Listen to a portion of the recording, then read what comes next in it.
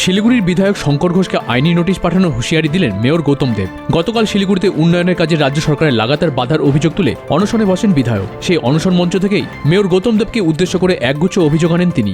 এমনকি প্রশ্ন তোলেন মেয়রের আয়ের উৎস নিয়েও।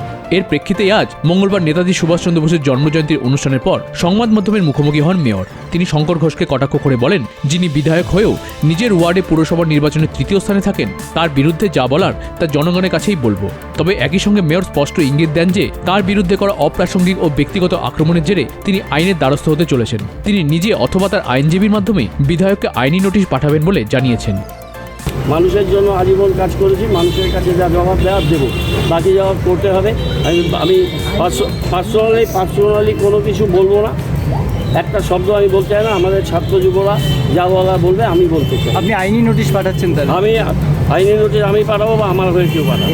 শুধু একটা কথাই বলবো যে সিপিএম থেকে বিজেপির আসার তাত্ত্বিক ব্যাখ্যাটা কী, এটা প্রথম কথা জানতে চাই। আর এত জনপ্রিয় বিধায়ক নিজের ওয়ার্ডে তৃতীয় হলেন পুরসভায় নির্বাচনে, সেটা উনি বলুন। উনি তৃতীয় হয়েছেন নিজের জায়গায় এবং তিনি দীর্ঘদিন শিলিগুড়ি পুর নিগমের এমআইসি ছিলেন।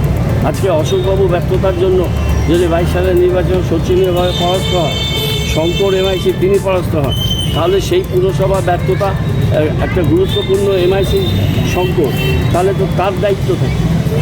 আমি এই নীতিগত প্রশ্নটা তুললাম। সোনাক্ষী, মশলা কোথায়?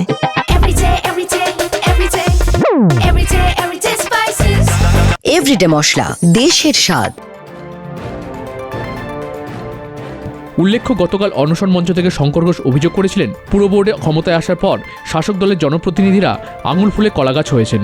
মেয়রকেও সরাসরি নিশানা করে তিনি দাবি করেন, দৃশ্যমান আয়ের উৎস না থাকলেও মেয়রের সম্পত্তির পরিমাণ ক্রমশই বেড়ে চলেছে। এই অভিযোগের পাল্টা জবাবে গৌতম দেব সাফ জানিয়েছেন, অভিযোগ করলে তার প্রমাণও দিতে হবে। শিলিগুড়ি থেকে রঞ্জিত ঘোষের রিপোর্ট, উত্তরবঙ্গ সংবাদ।